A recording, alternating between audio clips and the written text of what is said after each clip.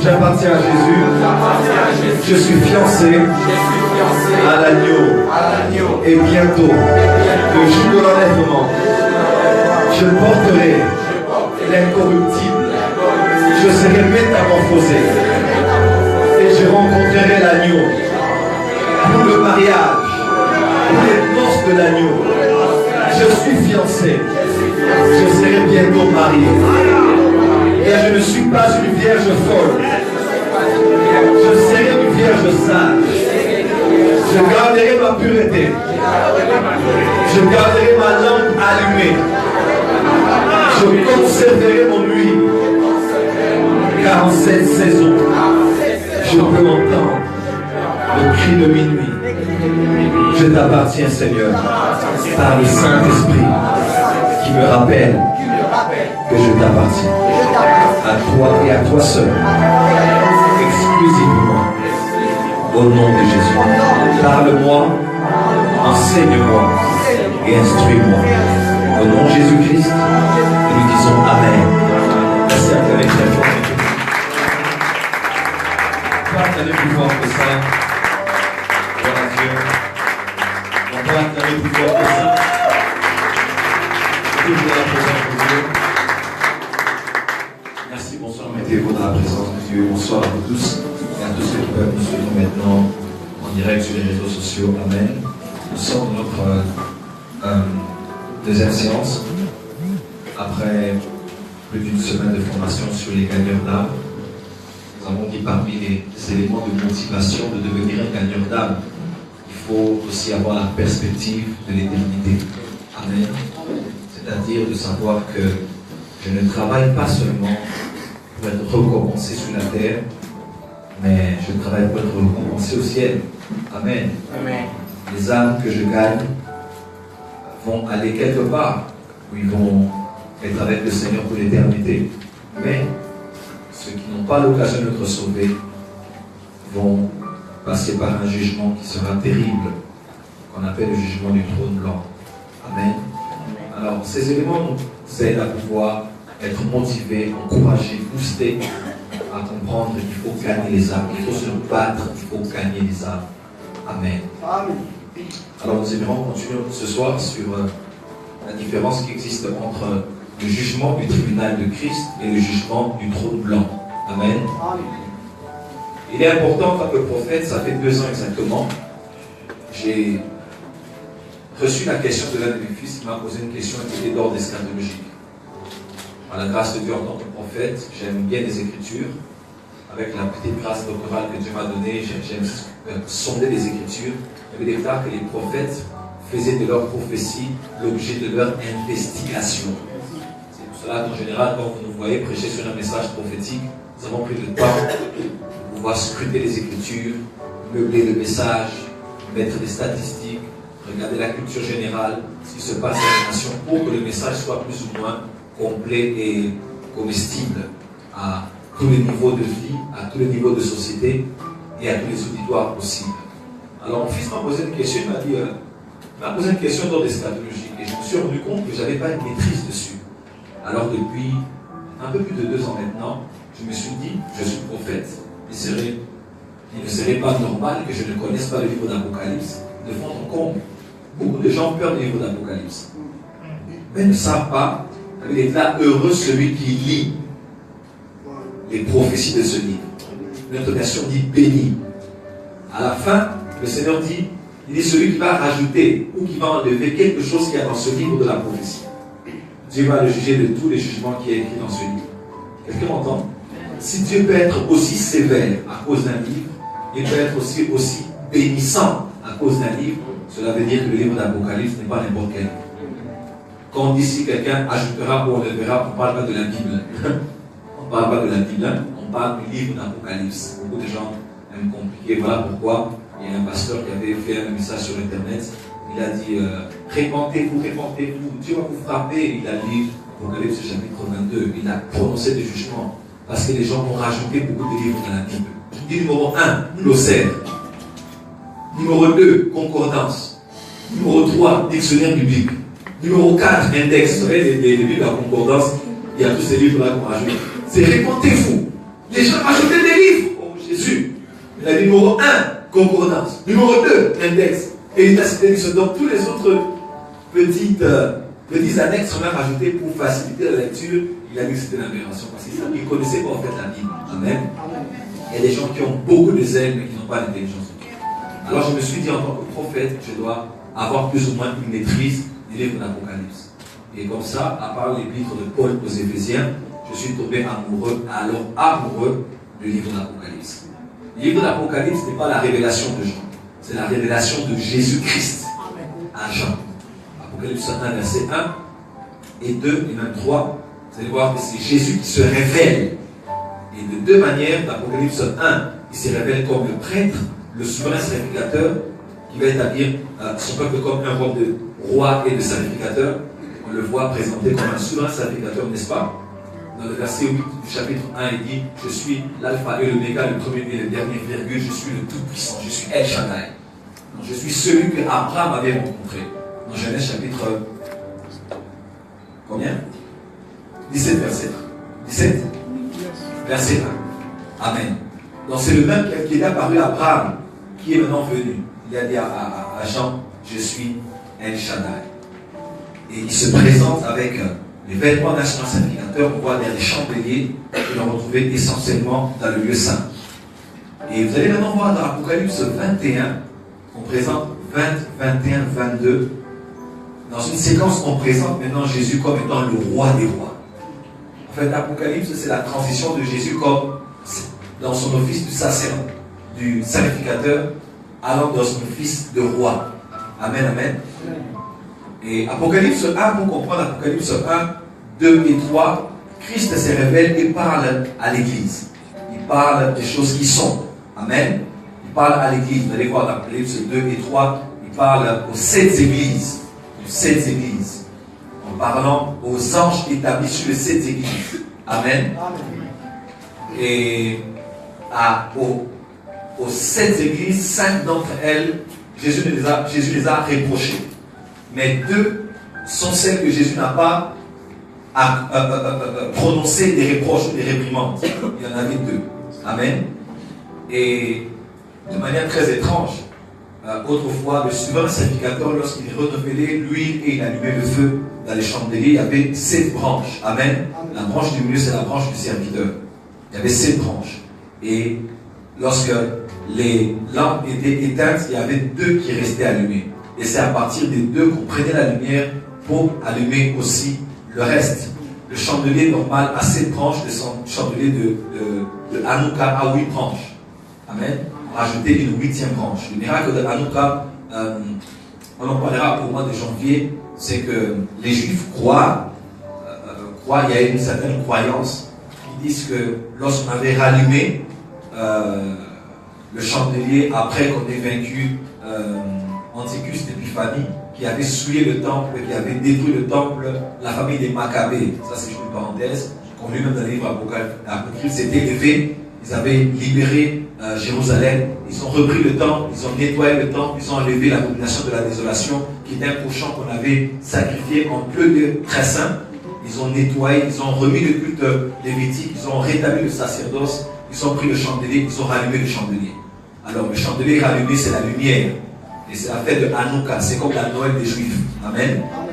Dans la fin de l'année, on va bien en parler, que vous allez comprendre. Et certains Juifs croient que la lumière était allumée pendant plusieurs jours et qu'elle ne s'éteignait pas de manière surnaturelle.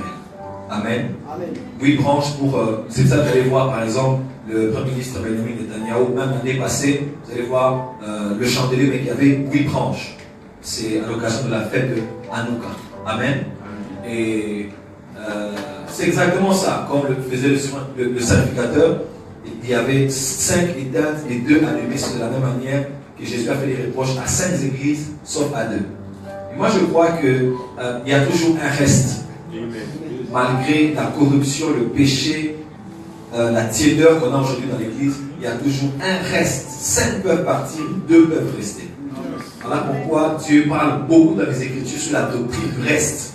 Il fait toujours le reste d'Israël que Dieu mettait à côté, par lesquels il recommençait et le lidait. Il était même prêt à dire à Moïse, je vais détruire tout le peuple, mais par toi je veux commencer quelque chose de nouveau. Si tu es avec moi, dis Amen très fort. Amen. Voilà pourquoi dans le même temple où Jésus avait renversé les tables des vendeurs, dans ce temple-là, il y avait des voleurs et des marchands voleurs, il y avait une femme comme Anne. Dans le même temple de Jérusalem, où il y avait des personnes corrompues, des pervers, Jésus les a chassés, il a pris un fouet, se trouvait un homme comme Simeon qui venait. Comme pour dire, il y a toujours un reste. Même si l'église du Congo, l'église d'autres générations est comme ce temple de Jérusalem, il y a toujours des personnes comme Anne, qui sont des femmes de prière et qui prophétisent. Et il y a toujours aussi des personnes qui sont dans l'attente de voir le retour du Messie. Quelqu'un peut dire Amen. Son avènement. Donc il y a toujours un reste. Alors Apocalypse maintenant 2 et 3 parlent du temps présent, parlent de l'âge de l'Église, de l'âge dans lequel vous et moi nous sommes. Je l'ai dit hier, il y a 7 âges ou 7 dispensations. 1, dispensation de l'innocence, 2, dispensation de la conscience, 3, dispensation du gouvernement humain, 4, de la promesse, 5, dispensation de la loi, 6, la dispensation de la grâce dans laquelle nous sommes, et 7, la dispensation du royaume. Là, c'est quand Christ deviendra régner sur la terre pendant 1000 ans. Amen. Alors, nous sommes dans la dispensation de la grâce, qu'on appelle aussi la dispensation de l'esprit, qu'on appelle aussi la dispensation de l'Église. Amen. Qui a commencé par Actes chapitre 2. Je vais parler demain, je ne vais pas m'appesantir sur ça. Dans Actes chapitre 2, lors de la fête de la Pentecôte. La fête de la Pentecôte n'est pas une fête chrétienne, c'est d'abord une fête juive. Ok? Parce que ceux qui fêtaient la Pentecôte étaient à l'extérieur de la chambre haute. Ok. Non, les pentecôtistes, c'est les autres, c'est pas nous. Nous fêtons les fusions de l'esprit dans la chambre haute. Moi, je ne suis pas pentecôtiste. Ok. Non, je ne suis pas du tout. Je ne suis pas du tout. Amen bien. Amen. Parce que ceux qui fêtaient la Pentecôte étaient ailleurs. Ils étaient à l'extérieur, n'est-ce pas? Mais ceux qui ont vécu des fusions de l'esprit, on garde l'aspect de la Pentecôte comme de la Pentée, 50 jours après la Pâque. On fait toujours allusion, c'est vrai, à la grande moisson, à la fête de la moisson, la deuxième fête juive la plus grande, après la Pâque et avant la fête du tabernacle. Mais il y a, vous savez, tous les ismes, les méthodismes, les pentecôtismes et tout le reste n'ont rien bâti. Je crois aux paroles du prophète Branham, il a dit là, les plus grands ennemis du royaume dans le temps de la fin, ce seront les dénominations.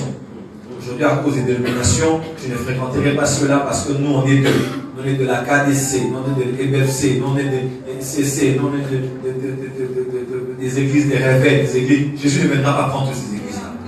Amen. La Bible déclare 2 personnes seront dans la même maison, l'un sera enlevé, l'autre restera. Donc le problème, ce n'est pas de faire partie d'une maison, d'une institution, de la même dénomination. Parce que ce n'est pas ça qui déterminera si tu partiras. Quelques-uns resteront là et d'autres vont partir aussi à partir de là. Amen. Restons attachés au Seigneur, c'est le plus important.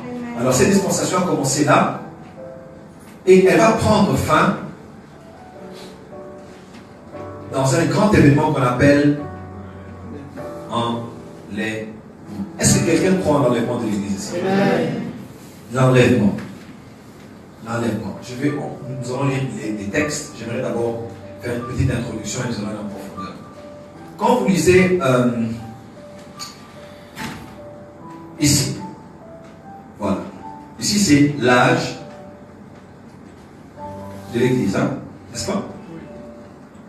Ici nous sommes dans Apocalypse 2 et 3 en fait. Amen.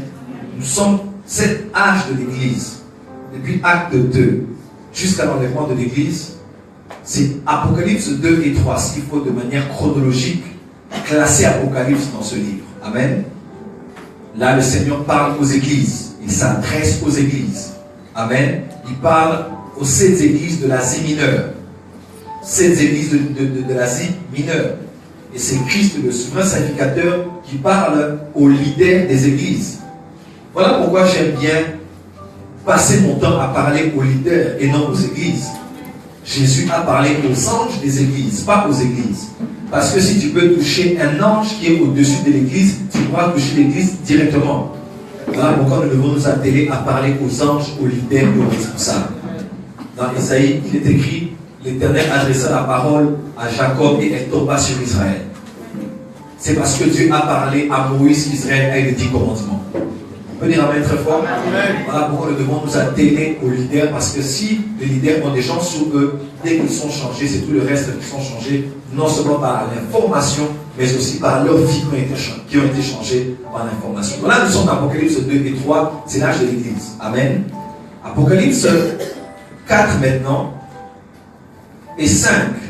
Ici, vous avez la voix qui sonne comme une trompette.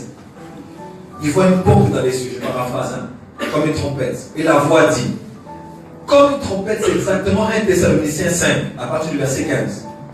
Au son de la trompette, à la voix de l'archange. Amen, amen. La voix a dit, monte ici. C'est l'image aussi de l'enlèvement. À la fin de l'âge de l'Église, la dernière Église, Laodicaos de Laodicée, cette dernière Église où Jésus dit, parce que tu dis, je suis riche et je me suis enrichi. Amen, amen.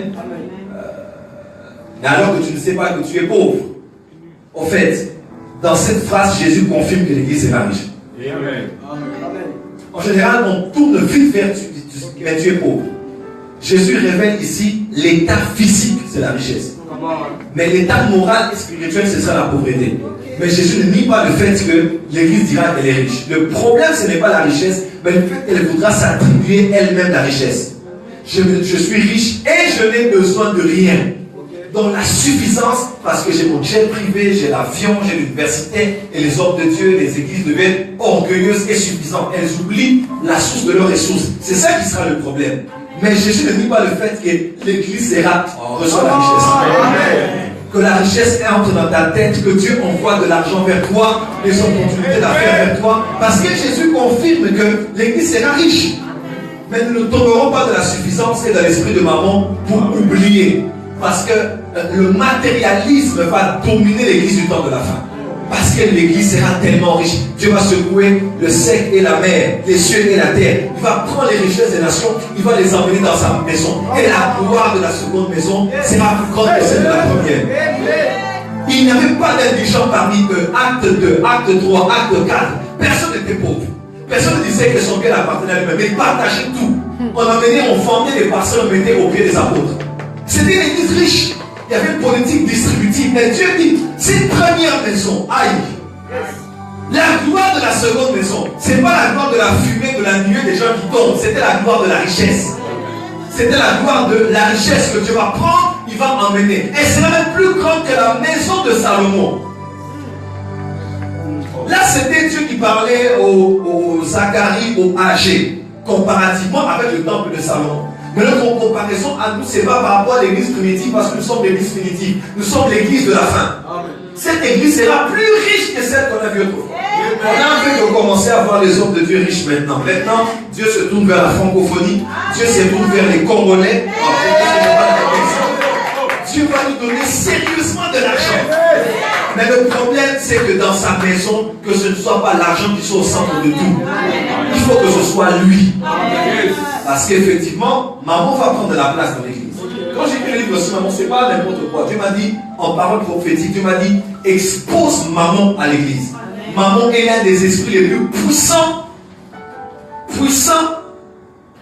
qui va s'opposer à l'église dans le temps de la fin. Parce que Dieu donnera l'argent, il donnera les ressources.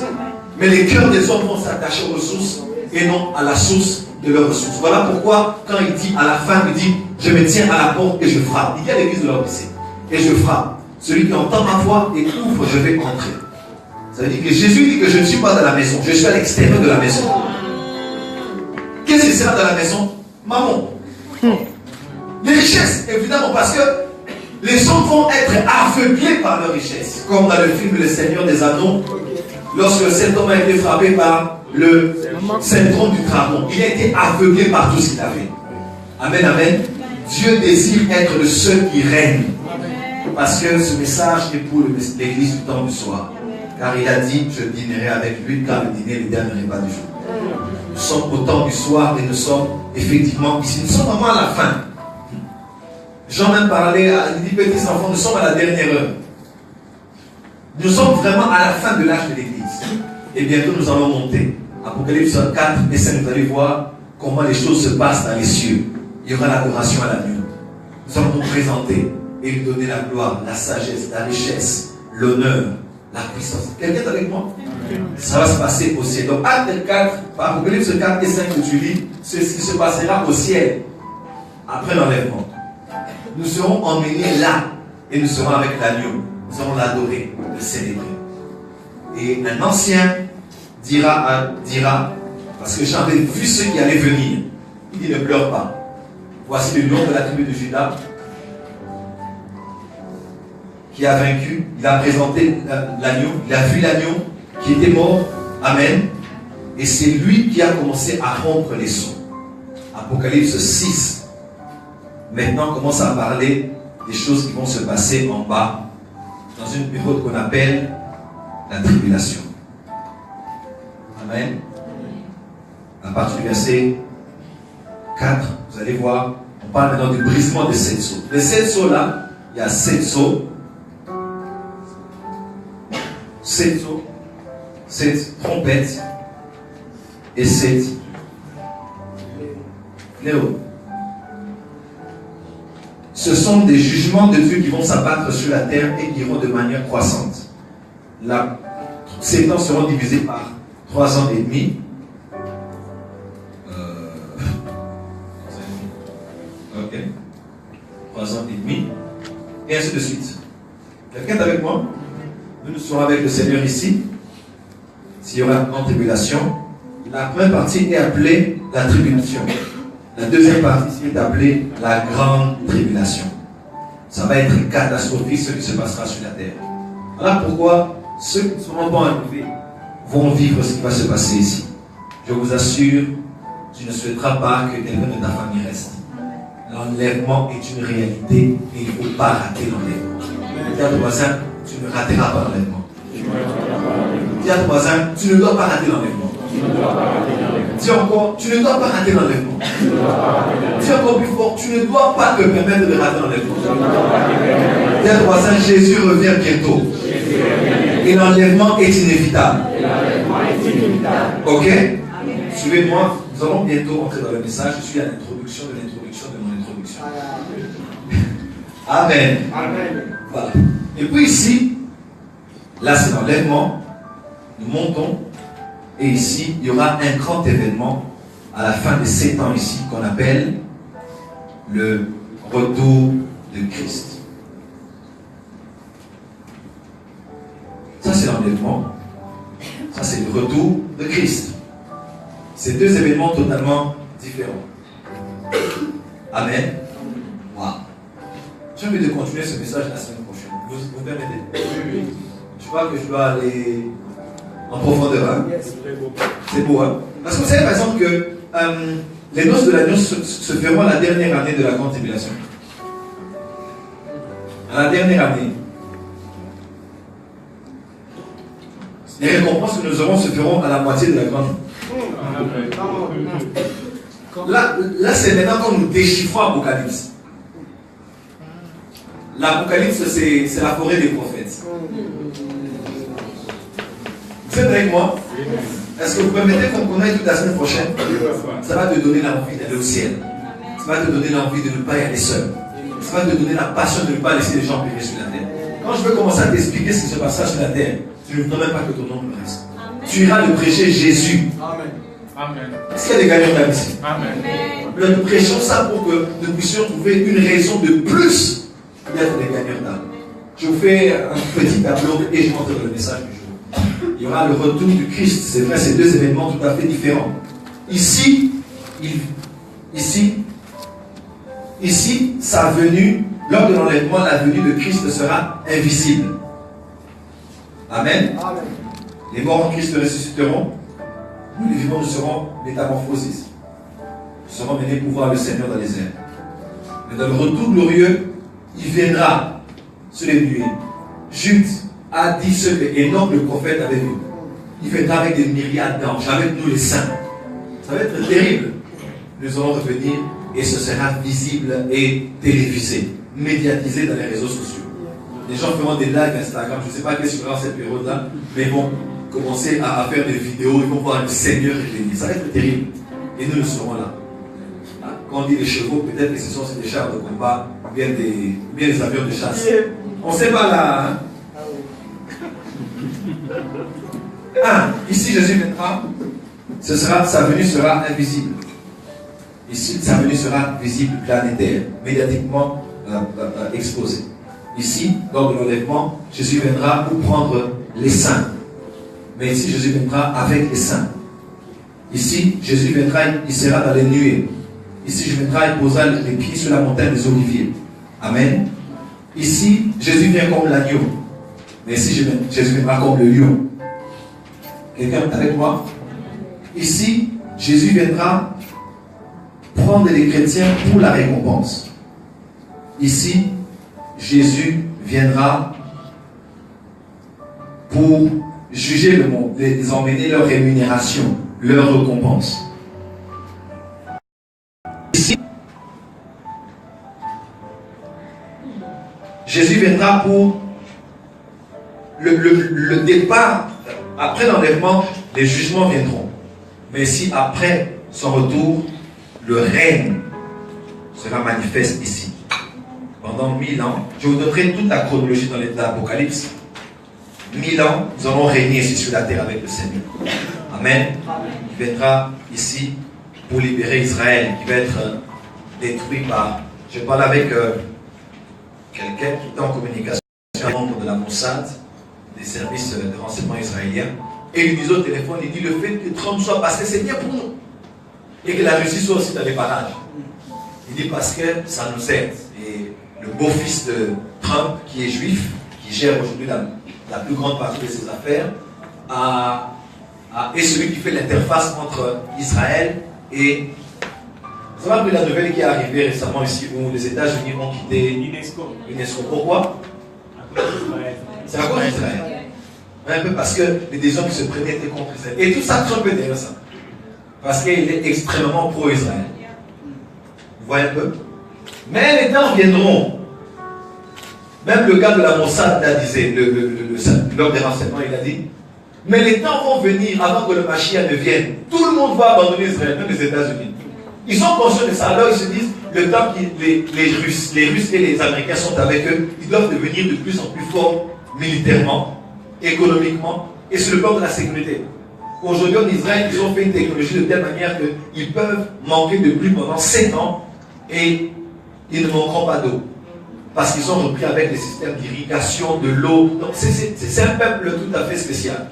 Mais eux, ils sont la descendance d'Abraham qui sont comme les sables du bord de la mer et toi tu es comme les étoiles dans les cieux. Voilà pourquoi je déclare que le même Dieu qui les rend bénis, il te bénisse.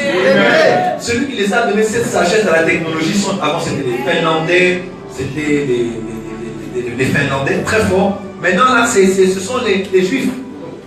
Numéro 1 sur le plan de la sécurité. Numéro 1 sur le plan de la technologie. Numéro 1. Ils ont même découvert qu'ils avaient du gaz. Ça c'est un peu bizarre ça. Ils avaient du gaz. Quelqu'un peut dire Amen? Amen. Nous sommes tous fils d'Abraham en Jésus-Christ. Que ce Dieu-là nous accorde cela aussi. Amen. Voilà. À la fin des 1000 ans, Satan sera relâché. Ici, Satan sera lié parce qu'il y aura 3 grandes entités qui vont régner durant les 7 ans. Le dragon, le diable, la bête, l'antichrist et le faux prophète. Ce sera une trinité diabolique. Ici, on va, lorsque le Seigneur va apparaître, Deux Thessaloniciens dit qu'il sera limpide. L'antichrist, il sera détruit par le souffle de son avènement. Donc, Jésus va se faire le souffle de ses narines. L'antichrist sera détruit. Voilà pourquoi, s'il te plaît, arrête tes prières, Seigneur. Oh, vendredi matin, que la nuit, Jésus. Vraiment, Jésus va venir de son trône pour attaquer une femme de nuit. Jésus, une femme de nuit. Pourquoi rabaisser mon Seigneur jusqu'à ce point? Et puis ne dis pas que l'adversaire de Dieu c'est Satan, on dit votre adversaire le diable. Satan n'est pas l'adversaire de Dieu. Il ne peut pas être Mohamed Ali, Eli et Foreman. Non. J'aime pas cette image qu'on met sur Facebook. Vous allez voir, bras de fer entre un Jésus là avec des yeux bleus et un Satan en train de faire le bras de fer. Mais non, mais qui va gagner? Vous allez voir les chrétiens dire Jésus. Bande d'ignorants. Bande d'ignorants. Pourquoi mener mon Jésus jusqu'à ce point? Lucifer était la créature. Je ne dis pas Satan parce que Jésus n'a pas créé, Dieu n'a pas créé Satan. Là pourquoi je dis que Lucifer était la créature, mais Dieu est le créateur. Il est le créateur. Ici, on dit un ange anonyme qui va lier Satan pendant 1000 ans. Parce qu'au ciel, Satan n'était pas le plus puissant de tous les anges. Il n'était pas le plus fort de tous les anges. Michael l'a renversé. Et un ange, là dont on ne parle même pas de nom, va le lier pendant 1000 ans. Il y a une fois, viens, allez, au cachot, là-bas. Voilà pourquoi Dieu est El Shaddai. Aucun démon ne peut te résister. Votre adversaire, Satan est ton adversaire. Mais il y a même un verset que tu combats comme ça, on dit, Luc 10, 19, voici, je vous ai donné le pouvoir. C'était même pas après la mort et la résurrection, c'était avant. Quand il leur donnait le pouvoir, il leur donnait la puissance de chasser tous les démons, de guérir toutes les maladies, il a dit, je vous ai donné le pouvoir de marcher sur les serpents et les scorpions, et sur toutes, dis avec moi toutes, la puissance de l'ennemi et rien. Donc il n'y a pas de retour. Oh, j'ai beaucoup fait la délivrance, on m'attaque. Et rien ne pourra venir. Il a dépouillé les autorités et les dominations. Il les a livrés publiquement en spectacle en triomphant de par la croix. Tout pouvoir m'a été donné dans les cieux, sur la terre et sur la terre. Oh, tu n'as pas dit Amen. Amen. Prophète. Satan est un petit problème. Les démons sont un petit problème. Quelqu'un m'entend? Le souffle de son avènement va détruire la bête. Un ange va tuer la bête et le faux prophète. Et un ange va lier le diable pendant 1000 ans. Après 1000 ans, Satan sera délié, on dit pour peu de temps. On va le voir. On y va calmement. Et après, il y aura un grand événement qu'on appelle le jugement du trône blanc. Qu'on appelle en d'autres termes le jugement dernier, où Jésus jugera les vivants et les morts. Il va les juger ici. Ce sera un moment terrible. Après le jugement, il va prendre le séjour des morts, il va prendre le plus grand ennemi qui est la mort, et ils seront jetés dans le lac de feu. Mes frères, vous irez en enfer. Non. Ils iront en enfer maintenant s'ils ne reçoivent pas Jésus. Mais pour l'éternité, Dieu va prendre l'enfer, qu'on appelle le séjour des morts. En d'autres termes, il va le jeter dans un autre enfer, qu'on appelle le lac de feu. Là, ça va être terrible. Et c'est là qu'il y aura des grincements des dents et des pleurs. Comme je le dis toujours en riant, Dieu va laisser aux morts sans Christ deux choses. Les dents et les larmes. Donc tout va se consumer, sauf les dents. Parce qu'ils devront faire et ils devront pleurer. Amen. Pendant ce temps-là, nous n'allons pas régner au ciel. Moi, je ne prêche pas le ciel. Come on. Les prophètes doivent prêcher le ciel. Apocalypse 22. C'est Genèse chapitre 2. Come on, Papa. Yes. C'est Genèse chapitre 3. Le plan de Dieu a toujours été que l'homme soit sur la terre. Yes. Et lui, il est dans les cieux. Maintenant, la différence, c'est qu'ici, il y aura des nouveaux cieux et une nouvelle terre. Et Dieu ne sera plus au ciel et l'homme sur la terre. Dieu lui-même viendra habiter dans la grande place de la ville. Qu'on appelle la nouvelle. Nous avons régné sur la terre. C'est là où j'aime les témoins de Jéhovah. Sur la terre. Voilà pourquoi on dit aux gens, le ciel, le ciel, le ciel. C'est pendant 7 ans. On ne fera pas plus de temps. Bon, si tu es mort avec Christ ici, tu vas au ciel, hein. Je pense que la semaine prochaine, je vous parlerai sur où vont les âmes de ceux qui sont morts. Ça va nous aider aussi à bien évangéliser, n'est-ce pas? Quand quelqu'un meurt, il va où?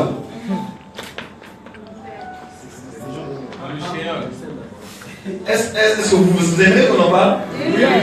Il faut que ça nous donne une grande perspective des âmes. Et si tu comprends ça, moi j'ai été à la porte du séjour des morts, de l'enfer. Je vous dis, par les compassions de Christ, tu vois les chansons que vous chantez là, que Dieu me punisse mes ennemis, que Dieu les laisse vivants et qu'il voit comment il va m'élever. Tu sais, le jour où tu vois l'enfer, tu ne souhaiterais même pas qu'un de tes ennemis y entre. Tu ne sais jamais. Même pas le pire ennemi que tu as y entrer. Ce n'est pas une vie. Et c'est sous la terre. Hein? Oui, oui. C'est sous la terre. On dit que le riche, dans la parabole, dans l'histoire de Lazare, parce que ce n'est pas une parabole, dans les paraboles, on ne cite jamais le nom. Hein? C'est pas une parabole, c'est une histoire vraie. Quand on dit le pauvre Lazare, quand on commence à citer les noms, c'est plus une parabole. Bon, anyway. Bien de voir la semaine prochaine. La semaine prochaine. Vous aimeriez écouter cet enseignement? Oui, papa. Je prépare un enseignement sur qu'est-ce que Jésus est allé faire dans les séjours des morts. Mais vous aimez Jésus, il faut savoir ce qu'il a fait. L'œuvre totale, parfaite, complète de la rédemption, oui. Mais qu'est-ce que Jésus a fait quand il était dans les séjours des morts? Il faisait quoi? Je vais vous révéler ça. Ah, dites avance prophète. Avance prophète. Et on dit que le riche était descendu. Parce que c'est en bas. Les séjours des morts, c'est en bas. Vous savez, au niveau de la Sibérie, il y a un grand trou qu'on a découvert. On a mis des micros pour écouter ce qu'il y avait sous sol. On a entendu des cris des gens. Je vous donnerai tous les éléments scientifiques et les éléments bibliques. L'enfer, vraiment, moi j'étais descendu avec l'âme d'une personne qui entrait. Bon, je vais juste te dire un peu, pas beaucoup, parce que je ne veux pas que les gens commencent à mal interpréter. J'étais allé avec cette âme qui était en train d'y aller. Et il y avait un démon qui était en train de faire mal à cette âme, qui y allait déjà. Et ces esprits étaient en train de venir prendre l'âme de la personne. C'est exactement la mort, la nuit de la mort de Marie Missa.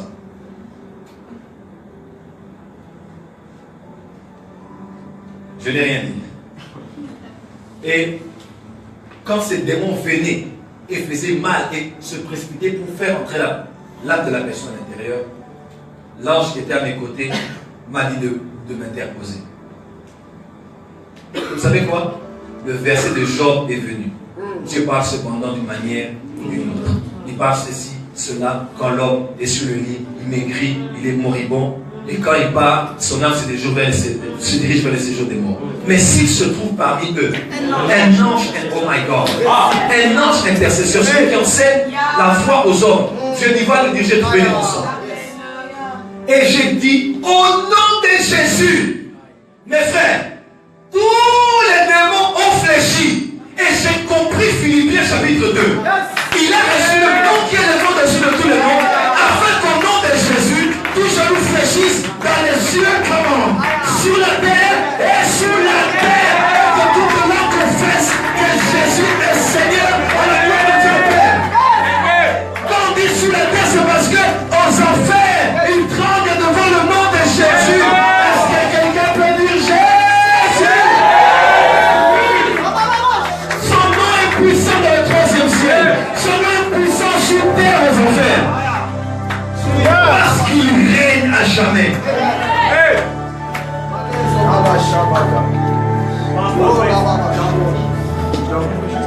Jésus.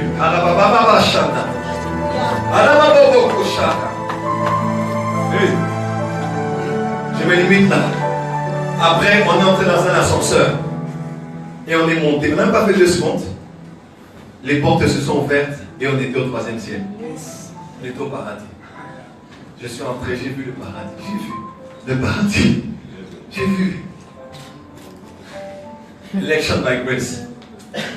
J'ai vu le paradis. Il y avait la musique qui sortait partout. Tout était lumière. Quand je suis sorti de la vision, je pleurais. J'écrivais, j'ai pris le dictaphone, je parlais, je tremblais, j'ai appelé Jimmy, j'ai dit à mon fils Jimmy, j'ai commencé à le raconter. Lui aussi était en train de pleurer. C'est extraordinaire. L'enfer existe, le ciel existe. Mais le ciel là, on y est déjà ici. Et ici, on va être là, en enseignant. Quelqu'un peut dire Amen? Amen. Et il y aura le jugement le jugement du trône blanc. Il y avait celui qui est assis sur le trône blanc, c'est lui qui est venu juger les morts et les vivants. Mais ici, il y aura un événement qui se passera. On appelle ça le jugement du tribunal de Christ. Je voulais que vous puissiez avoir une idée globale. Hein? Comme ça, quand je commence à expliquer, vous comprenez. Madame Patricia, c'est quoi? Tous ceux qui sont là, il y a de la place ici. Hein? Vous pouvez être en possibilité pour voir. Il y a de la place. Quelqu'un m'entend? Ici, il y a l'événement qu'on appelle le jugement qui aura lieu après l'enlèvement. Et ici, il y aura le jugement du trône blanc qui aura lieu après le règne des 1000 ans. Ici, ce sera le jugement pour les saints qui vont être enlevés. Ici, ce sont les jugements de tous les morts et les vivants de tous les temps. Amen. Je vais vous expliquer très bien parce que ici, il y a des gens qui vont refuser la marque de la bête. Ils vont mourir en martyrs. Ok? Ils ne vont plus être sauvés par la grâce, mais par les œuvres. Parce que l'Esprit de Dieu qui agit en nous par la grâce, l'Esprit de grâce ne sera plus là. Ils vont payer du prix. Ici, il y aura la population de la terre qui va être une bonne population. Pas de la population de la terre qui sera réduite. Hein? Parce que nous ne serons plus là. Il y aura des millions qui vont partir. Vous allez voir dans l'Apocalypse, dans les jugements de la grande tribulation, pas l'un tiers de la population mondiale qui était. Vous voyez, on va en parler. Mais la terre, les gens vont continuer à vivre. Même ici, il y a des gens qui vont naître, qui vont mourir. Et ici, il y aura le jugement du trône blanc. Amen. Alors, j'aimerais un peu que nous puissions parler de ce qui se passera ici, dans les quelques moments qui nous restent. Vous avez compris ce qui a été dit? Si ce n'était qu'une petite introduction pour... si j'allais droit au but, on n'allait pas saisir. Il fallait que je vous explique un peu tout ce qui se passe. Visitons un peu ce concept de jugement du tribunal de Christ. Lisez avec moi dans 2 Corinthiens 5, 10. 2 Corinthiens 5, verset 10, c'est le nom de Jésus. Permets-nous de trouver. Non. It's okay. Est-ce que vous aimez la parole? Est-ce que vous aimez le Saint-Esprit? Merci Saint-Esprit. 2 Corinthiens.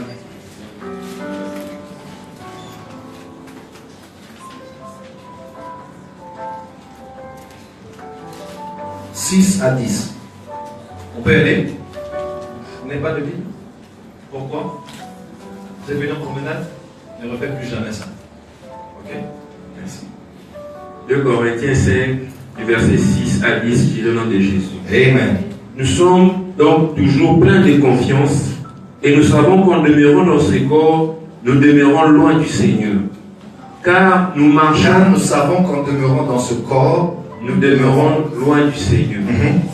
Car nous marchons par la foi et non par la vue. Yes. Nous sommes pleins de confiance et nous aimons mieux quitter ce corps et demeurer auprès du Seigneur. C'est pour cela aussi que nous nous efforçons. Alors, il dit quoi? Nous aimons quitter ce corps et demeurer auprès du Seigneur. Nous aimons quitter ce corps et demeurer. Qui parle? Ce sont les esprits qui parlent. C'est un esprit qui parle. Il dit, moi j'aimerais quitter ce corps pour demeurer. Donc moi, j'aimerais quitter ce corps pour demeurer près du Seigneur. Donc le moi, ce n'est pas le corps. Ok. Voilà pourquoi, quand un mort est mort en Christ, ne pleurez pas comme les païens. Dans la chair, on peut souffrir. On est habitué à cette proximité. Avoir la personne sourire, pleurer, manger, passer dans les couloirs de la maison, préparer. On a vu la personne pendant qu'on grandissait. La chair peut avoir mal. Mais on ne peut pas pleurer du genre, je vais mourir avec toi. Non. Tu n'as pas encore fini ta mission. La mort. Écoutez, nous sommes des esprits, nous venons de l'éternité. Quand nous sommes envoyés sur la terre, nos esprits entrent sur la terre par la naissance. Quand l'esprit revêt le corps pour accomplir la volonté de Dieu. Amen. Tu m'as formé un corps, ô Dieu, pour faire ta volonté. Hébreux chapitre 10, 10, hein?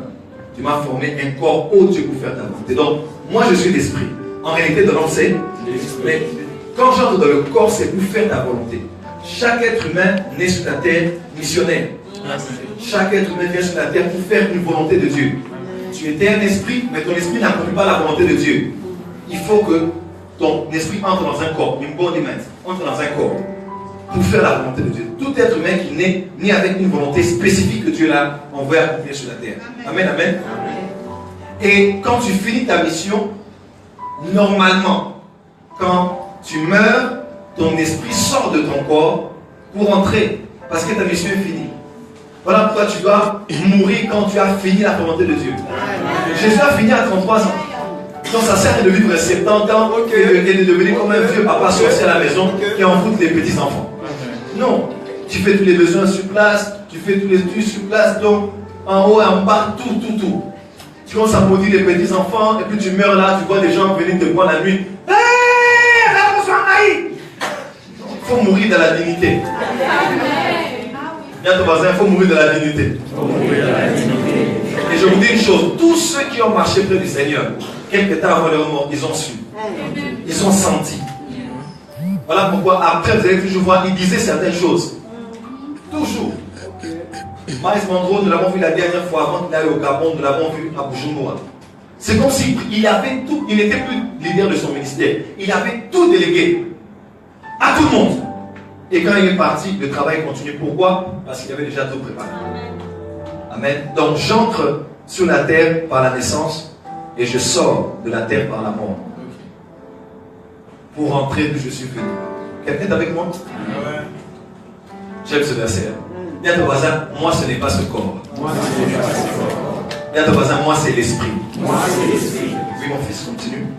C'est pour cela aussi que nous nous efforçons de lui être agréable. Voilà. C'est pour cela aussi que nous efforçons. Comme on n'est pas encore là-bas, nous s'efforçons. Dis à ton voisin, faisons les efforts. De lui être comment? Agréable. Parce que sans la foi, il est impossible d'être agréable à Dieu. C'est pour ça qu'il a dit que nous ne marchons pas par la vue, mais par la foi. C'est la marche par la foi que nous avons sur la terre.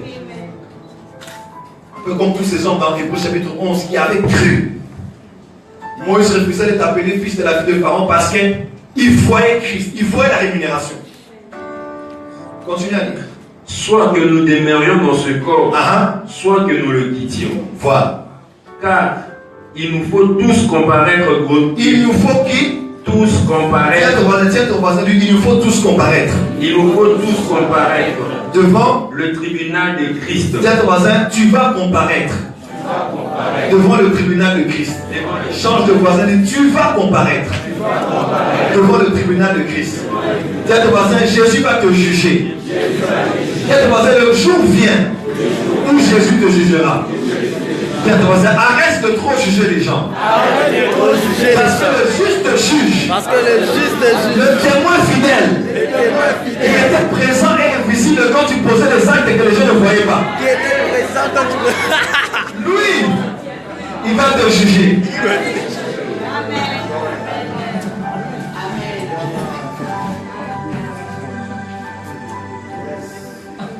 Afin que chacun reçoive selon le bien ou le mal qu'il aurait fait étant dans son corps.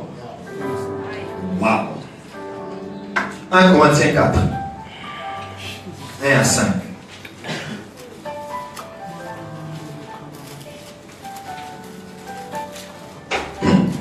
Est-ce que ça passe ou ça casse? Ça passe, hein? 1 Corinthiens 4. 1 à 5, j'ai lu.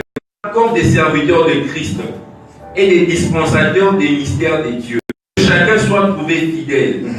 Pour moi, il m'importe fort peu d'être jugé par vous. Voilà pourquoi quand les hommes te jugent, que ça t'importe peu. Ne reste pas là en train de... Écoute-moi, dans ces connaissent tout, les hommes qui savent tout, les hommes qui sont meilleurs que tous, les hommes qui...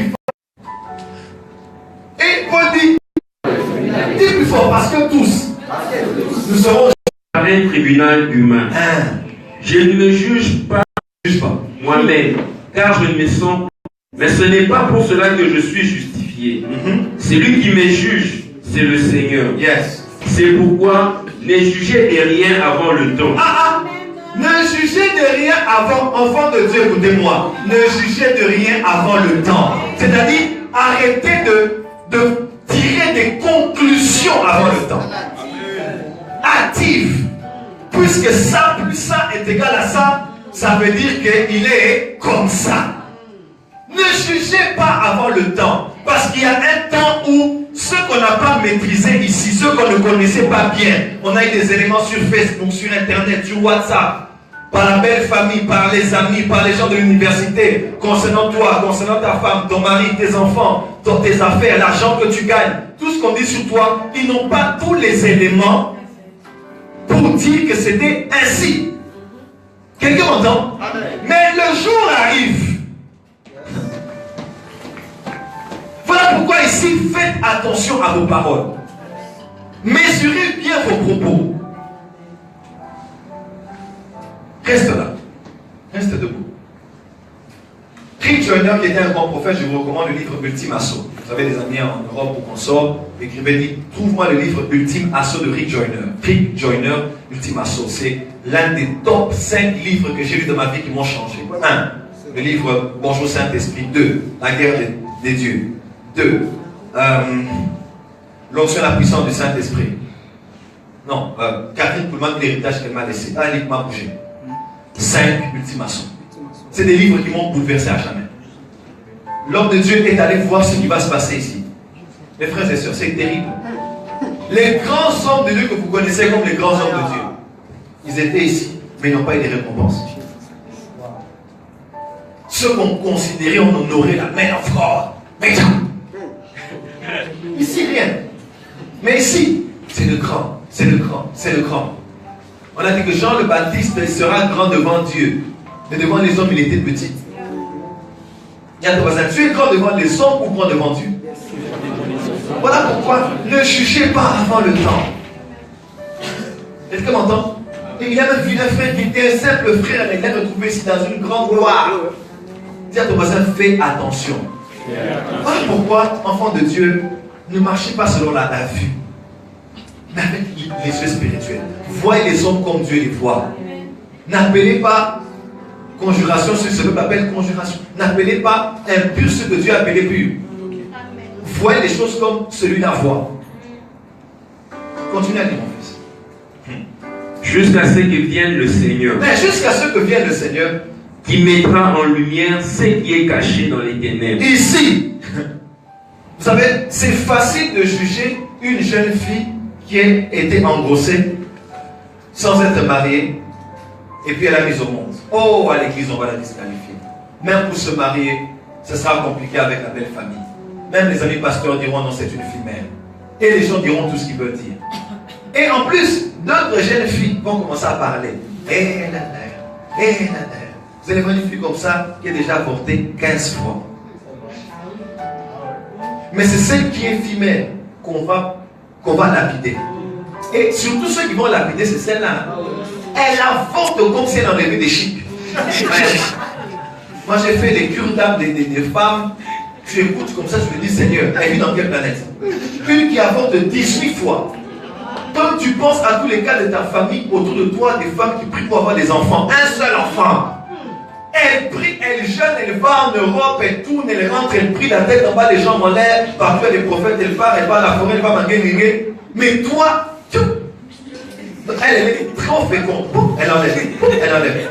Et 18, 22. Donc maintenant tu imagines que c'est très facile ici de juger les gens. Elle au moins, elle a péché une fois, mais elle n'a pas voulu pécher 2 fois. Mais toi, tes péchés ne seront jamais connus. Mais en secret, tu as tué et versé le sang innocent. C'est comme quelqu'un, il va à la cuisine, il vole la nourriture. Quand on vient dire, tu as déjà essuyé. Tu veux qu'on fasse l'échographie. Le jour vient, on connaîtra l'échographie. On verra qu'est-ce qu'il y avait dans ton cœur. Ce jour-là, toutes les pensées que tu as. Voilà pourquoi, soyez calme. Ne parlez pas trop sur les gens. Amen. Amen. Parce que on vous jugera avec la mesure que vous servez pour juger les autres. Toi, tu as voté 15 fois, mais tu es en train de salir la réputation de cette fille mère pour que ce pasteur que tu aimes là ne l'épouse pas. Tu l'as sali, pourtant toi tu tues. Écoute-moi, tu vas se dire, ah bon? Ah bon? Moi je te pardonne pour ce que tu fais là. Maintenant toi tu ne peux pas que l'autre ait une chance dans sa vie. C'est comme cette histoire, hein, dans Matthieu chapitre 25. Cet homme avait des dettes. Il a demandé pardon, le roi l'a pardonné. Mais celui qui le devait de l'argent, il est à peine sorti de chez le roi. Hein. Il voit quelqu'un qui le devait 300 deniers. Il a sauté sur lui. Il est tremblé. Il dit, donne-moi mes 100 deniers. Donne-moi mes 100 deniers. Et le roi a appris, il a dit, mais cet homme est faux. Moi, je l'ai pardonné pour l'équivalence aujourd'hui. Ce sont des millions de dollars. J'ai fait les calculs. Mais lui, c'est seulement pour quelque chose comme 30 ou 40 dollars. Donc, toi, tu te pardonnes pour pire que tu fais. Mais les autres, pour peu qu'ils font, tu les traites durement comme s'ils étaient le diable lui-même. Il a dit, prenez cet homme, jetez-le là-bas, et lui et toute sa famille. Parce que si vous n'êtes pas miséricordieux, il ne vous sera pas donné miséricorde. Pardonne-nous nos offenses, comme nous pardonnons aussi à ceux qui... Ça veut dire que le pardon que Dieu t'accorde est en fonction du pardon que tu donnes aux autres. Amen. Amen. Pourquoi tu veux que l'autre mérite ton pardon, comme si toi tu l'avais mérité? Toi tu mérites le pardon. Mais si tu fais encore, tu vas voir. Tu veux que Dieu te dise aussi, si tu fais encore, il y avait l'éclat, Pierre a dit, toi je pardonne 7 fois. Il dit pas 7 fois. Non, 7 fois. Fois 7 fois, donc pardonnez sans cesse. L'Ancien Testament disait, hein, soyez saints comme moi je suis saint. Mais le Nouveau Testament a dit, soyez parfaits comme moi je suis parfait. Il y a une différence entre la sanctification et la perfection. La sanctification là, il y a une différence entre la sanctification et la perfection. La sanctification, c'est dans le domaine de la purification, mais qui n'est pas la totalité de la perfection. Pourquoi? Parce que les pharisiens marchaient dans la sanctification. La question je vous pose, mon fils, les pharisiens étaient dans la sanctification ou pas? Oui. Si votre justice ne surpasse pas celle des Vous ne pourrez pas entrer. Ils étaient des hommes rigides, mais les cœurs étaient mauvais. La sanctification aujourd'hui est devenue un espoir d'orgueil, de se sentir différent des autres. Mais Jésus les reprochait, ce n'était pas les dîmes qu'il donnait. Il dit la dîme de la menthe de ceci, c'est pas mauvais. Mais le plus important, la miséricorde, l'amour, la justice. C'est ça qui est le plus important. La perfection, c'est ce que Paul a dit. L'amour est le lien de la perfection. Si l'amour est à l'église, on sera très très prompt à juger les gens. On va plus prier parce que l'amour pardonne tout. L'amour supporte tout. L'amour est plein de bonté. L'amour ne se réjouit pas de l'injustice, mais de la vérité. L'amour, les prophéties passeront, les langues passeront, la connaissance passera. La chose va demeurer. Que ces trois choses demeurent. La foi, l'espérance et l'amour. Mais la plus grande de toutes ces choses, c'est l'amour. Même si je donne mon corps à être épuisé, même si je n'ai pas l'amour, même si je n'ai pas la langue de Dieu et des anges, même si je n'ai pas l'amour, Dieu avec moi, l'amour et la perfection. Vous aimez la sanctification, vous êtes au niveau des pharisiens. Quand vous êtes dans la perfection, vous êtes dans l'amour. Et si tu aimes Dieu, tu ne pécheras pas. Et si tu aimes, tu ne penseras pas le mal de ton prochain. Voilà pourquoi Jésus contredisait la sanctification. On disait, il vous a été dit. Si tu couches avec une femme, tu as péché. Moi maintenant, je vous emmène à l'intérieur. Si tu aimes ton prochain, tu ne coucheras pas avec sa femme. Quelqu'un m'entend? Jésus maintenant lavait l'intérieur de la coupe. Il avait l'intérieur de l'homme. La loi a gardé les hommes dans le fait pas, le fait pas. Ils étaient champions. Mais Jésus a dit, c'est pas l'extérieur. Parce que quand l'amour est là, ça vient de... Jésus a dit, Paul a dit, mais si même quelqu'un donne son corps pour être livré pour les autres. Donc quelqu'un peut faire des choses au moins mais sans amour. Je connais tes œuvres. Mais ce que j'ai contre toi, tu as abandonné ton premier. Mais je connais tes œuvres. Il y a des champions des œuvres à l'église du Congo. Tu ne le verras pas avec les autres. Tu ne le verras pas ici. Tu ne le verras pas là-bas. Mais dans son cœur, Dieu dit que tu n'as pas l'amour. Ton problème, c'est l'amour. Effet, c'est l'amour. L'amour, c'est la perfection. J'aime la sanctification, mais c'est la première partie. Avance, papa. 2 Pierre chapitre 1. 2 Pierre chapitre 1. Qu'est-ce que Pierre dit? À la fois, rajouter la science, le gnosis. À la science, rajouter les ceci. À la ceci, rajouter les ceci. À la ceci, virgule, rajouter ça. À la ça, rajouter ça. Virgule, virgule après chaque chose. Pourquoi? Parce qu'à chaque chose que Dieu te demandera, il te dira autre chose. Tu as une femme, cherche l'argent. Tu as l'argent et les enfants. Tu as les enfants, il faut l'éducation. L'éducation, il faut les grandir. Grandir, il faut qu'ils choisissent bien les maris. Les maris, il faut aller à la maternité quand ils ont des enfants. Il y a toujours quelque chose qu'on t'exigera. Mais après tous les virgules que Pierre a mis, il dit l'amour, point. Tout ce que Dieu te demandera, t'exigera autre chose pour l'équilibre. Mais quand on arrive à l'amour, il y a un point, parce que l'amour est l'accomplissement de la loi. Oh my God, my God, my God. Est-ce que je parle à l'église ici? Ce que vous faites, c'est bien, mais il manque quelque chose. Cet homme m'a dit, moi je fais toute la loi. Et lui, je sais que je vais à toute la loi, mais maintenant là, vends tout ce que tu as donné. Ah, il a dit non, moi je ne ferai pas ça. Il a dit voilà. Jésus l'avait dit, il te manque quelque chose. Ce qui manque à l'église d'aujourd'hui, l'église est pleine de pharisiens, des personnes qui savent obéir à ce qu'il faut et ce qu'il ne faut pas faire. Mais les cœurs n'ont pas d'amour. Ils ont travaillé la sanctification, mais n'ont pas fait à la perfection.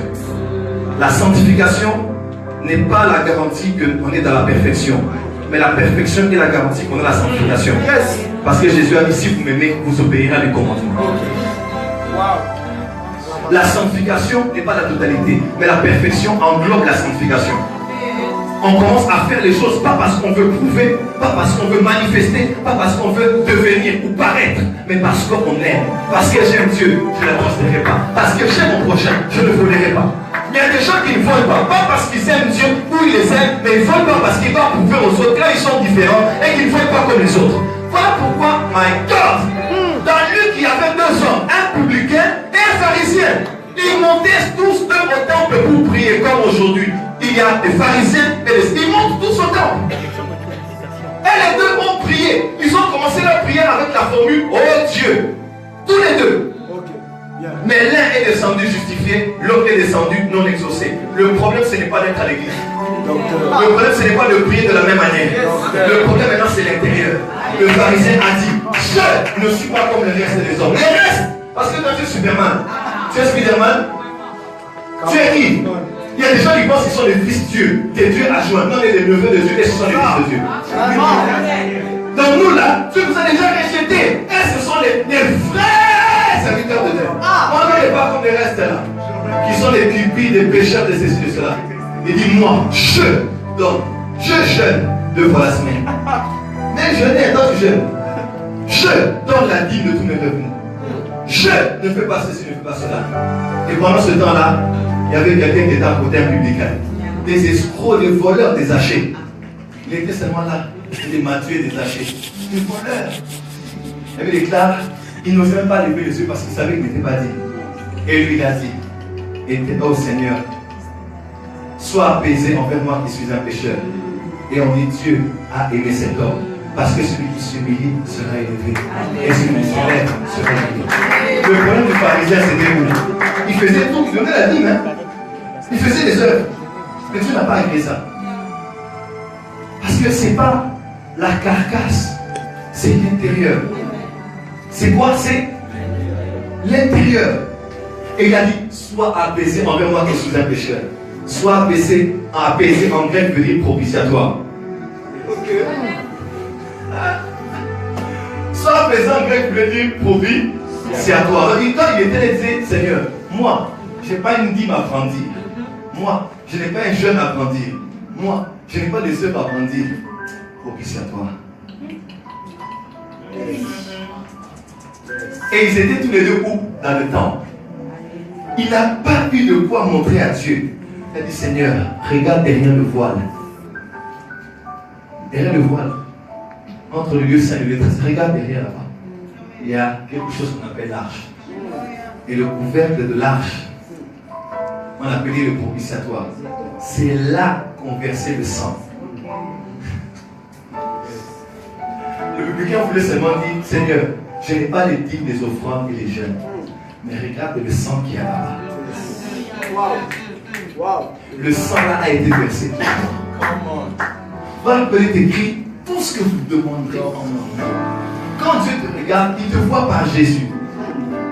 Dieu, de la même manière qu'Isaac bénissait Jacob, parce qu'il ne voyait pas Jacob, il voyait Ésaü. La foi était la voix de Jacob, mais la proximité, la présence était la présence d'Ésaü. Parce qu'il s'était substitué. Il avait mis sur lui il avait mis sur lui des peaux qui permettaient à Isaac de sentir que c'était la peau vélue d'Ésaü. Oh, il y en a plus de 100 balles. Il y en a plus la café. Dis avec moi, avance prophète. Dis encore avance prophète. Dis encore avance prophète. Quand je viens devant Jésus, et j'aime bien ce qu'il avait dit à Samuel, il a dit, mais si mon père sait que c'est moi, il va me maudire. Oui, parce que personne ne peut s'approcher de Dieu et avoir quelque chose. Nos œuvres sont comme un vêtement souillé. Mais quand nous venons devant Dieu, il dit, mais la voix, c'est la voix d'Élie. La voix, c'est la voix de Jonathan. La voix, c'est la voix de Patricia qui s'est fait à chaque fois de venir. Cette voix-là, je la connais. Mais quand je sens mon fils. Quand je sens mon premier fils. Mon premier-né. Est-ce que je parle du premier-né ici? Est-ce que je parle de Jésus ici? Voilà pourquoi quand tu vas devant Dieu, Dieu peut te maudire. Personne ne peut s'approcher de ce feu de moment. Psaume 24. Mais quand Dieu te sent, je sens mon fils monter mes ennemis. Je te bénis. Les bénédictions des cieux sur la terre. Nous ne méritons rien. Nous avons accès devant le trône de la grâce par le sang de l'alliance. Dis à ton voisin, Jésus est venu traiter le cœur. Dis à ton voisin, fais attention. Comment tu juges les autres. Dis, fais attention. Comment tu te glorifies de tes œuvres. Mon fils, continue à lire.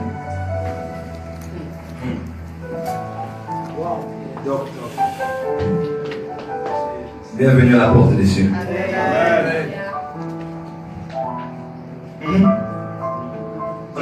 On a fini? Non. 4 ou 5.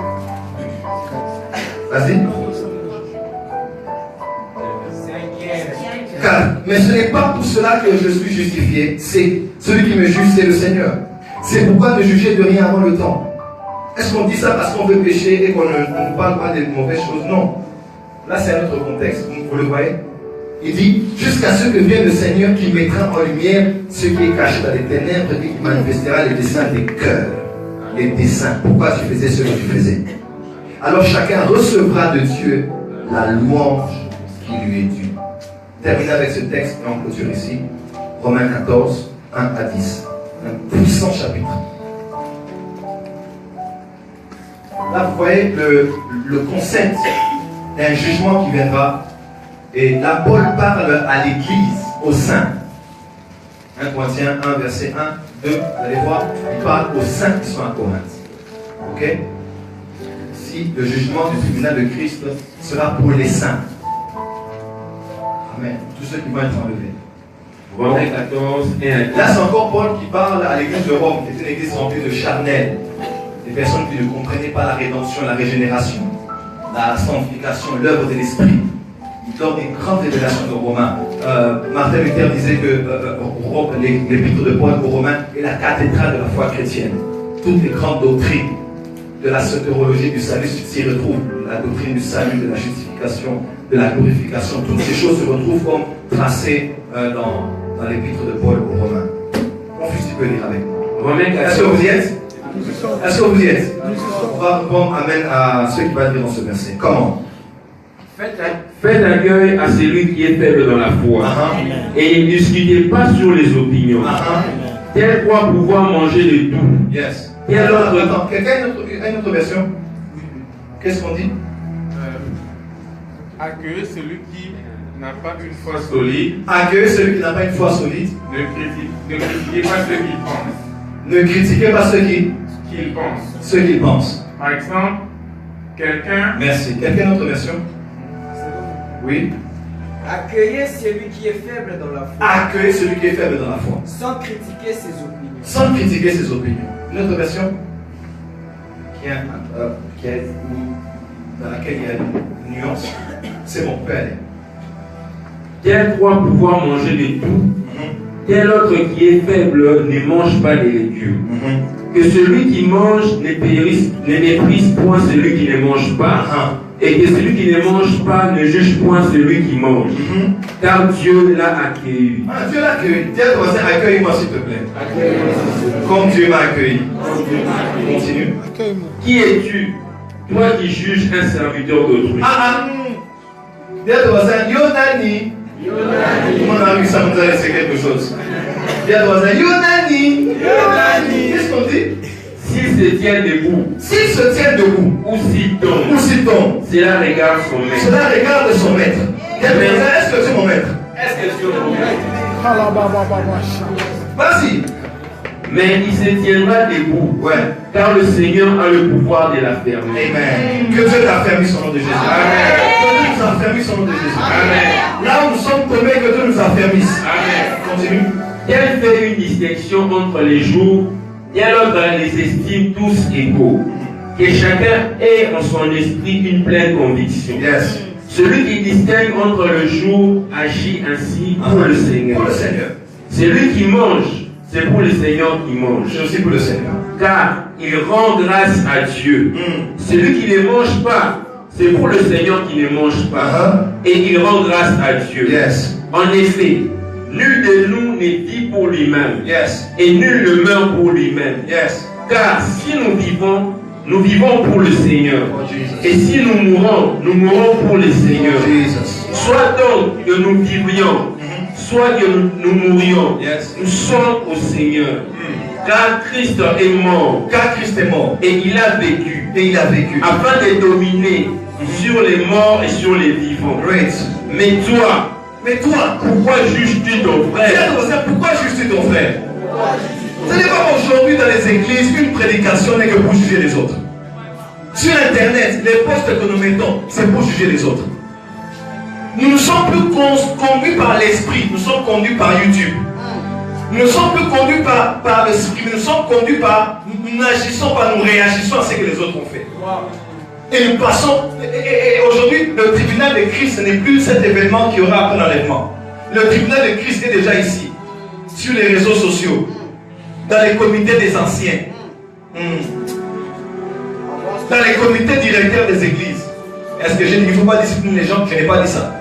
Mais j'ai dit la motivation. Tu sais, quand quelqu'un te critique positivement, il te critique en te montrant comment tu peux devenir meilleur. Mais quand quelqu'un te critique négativement, il veut t'écraser, t'humilier et te rabaisser. Quelqu'un qui te critique positivement veut te voir t'améliorer. Il te parle de ce que tu as fait de bien pour te montrer ce que tu peux faire de mieux. Il te parle de ce que tu as mal fait pour voir, il te révèle ton potentiel de bien faire. Tu peux sentir dans ses paroles qu'il veut que je devienne quelqu'un de meilleur. Il veut que je sois meilleur que ce que je suis. Il veut que je fasse mieux. Mais quelqu'un qui te juge négativement dans ce contexte-là, il veut t'écraser, t'humilier. Il tombe sur une information sur toi. Il fait comme si, moi aussi je ne sais pas, je te montre seulement. Je te fais écouter seulement. Alors que l'objectif, il y a une campagne qui était faite dans les années 80 contre le sida. Qu'est-ce qu'on disait? On disait, le sida ne passera pas par moi. Ça ne va pas passer peut-être, ça ne passera pas par moi. Il faut refuser que des nouvelles sur les serviteurs de Dieu passent par toi. Il faut refuser que dans votre groupe WhatsApp, que les nouvelles contre les gens passent par toi. Regarde les l'homme. Oh, Jésus revient bientôt, tu ne savais pas? Les conclusions de vos paroles ne sont pas le jugement du tribunal de Christ. Parce que son jugement à lui sera vrai. Quelqu'un m'entend? Vous allez voir ce frère-là passer à la fin du culte, il salue la sœur. Vous dites, c'est qui? Et puis après le culte, bizarrement, vous avez traîné. Vous avancez, le frère aussi avancé, la sœur attendait le transport depuis. Et quand vous arrivez sur le moment où le frère était là et la sœur aussi avancée, tu les as vus. C'était leur stratégie. Ils voulaient se retrouver. Oh my God. Bizarrement, encore le lendemain, comme par coïncidence, le frère arrive à l'église en marchant, la sœur est venue en taxi. Ils descendaient tous les deux au même moment. Oh.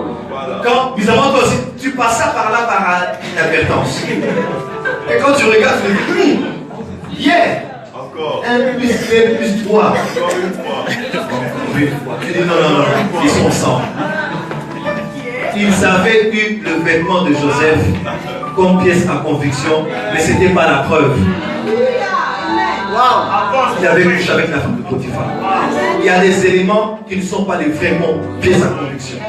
Tu peux avoir la preuve comme ça, mais ce n'est pas la vérité. Parce que ce que tu as vu, c'est la tête de l'iceberg. Il y a beaucoup d'autres choses derrière ça, peut-être que tu ne sais pas. Voilà pourquoi ne jugez pas avant le temps. Il y a voilà pourquoi. Quand Joseph et la femme de Potiphar étaient là, est-ce que quelqu'un était là? Mais dans Psaume 89, on dit le témoin qui est au ciel est fidèle. Aujourd'hui, on peut corrompre des témoins. Tu étais là, tu avais vu. Si tu oses, on va tuer. Si tu oses, on va te lever du travail. Et le témoin devient fidèle. Mais avec là, le témoin qui est au ciel est fidèle. Lui, il a vu ce qui s'est passé en réalité. Voilà pourquoi laissez Dieu juger. Amen. Voilà pourquoi vivez dans l'amour. Reprochez les gens mais avec amour. Critiquez les gens mais avec amour pour les voir aller de l'avant. Quand vous le faites une fois, c'est bon. On le sait que c'est bon. Avec ton frère, tout ça après, quand c'est. Voilà. Mais agis de la meilleure manière qu'il soit. Lis-moi. Ou toi. Pourquoi mais où toi? Dis à ton voisin où toi? Pour une fois, montre-lui le doigt, dis où toi? N'importe que je peux dire à ton voisin où toi? Toi. Pourquoi méprises-tu ton frère? Pourquoi tu vas dénigrer, mépriser, prendre des dénier? N'aie pas cette culture, enfant de Dieu. Ne déniez pas les églises, ne déniez pas les hommes de Dieu. Ce n'est pas une bonne chose. Vous attaquez le corps de Christ. Jésus a dit à qui? À Paul. Pourquoi me persécutes-tu? Pourquoi persécuter Jésus? Il persécutait l'église. Cette église était imparfaite. Acte chapitre 6, ils ont fait des discussions. C'est comme ça qu'ils ont pris des diacres. Acte 5, verset 1. Mais il y avait Ananias et sa femme Saphira. Il y a toujours des têtes de mule. Mais Jésus dit que c'est moi que tu persécutes. Il a pris il les a tous représentés. Il dit, quand tu les touches, c'est moi. Tous les chrétiens que Paul avait persécutés, tu penses qu'ils marchaient correctement? Pas forcément. Si vous faites cela, allez laisser plus petit. C'est à moi que vous l'aurez fait. Voilà pourquoi l'amour est plus que tout. Amen. Quand tu as l'amour, tu crains Dieu. Quand tu as l'amour, tu ne fais pas du mal aux autres. Continue à lire.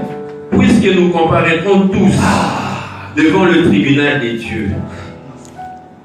Puisque nous comparaîtrons, et les faibles dans la foi, et les forts dans la foi, nous comparaîtrons tous, où les œuvres de chaque personne seront mises à la lumière. Que Dieu bénisse sa parole.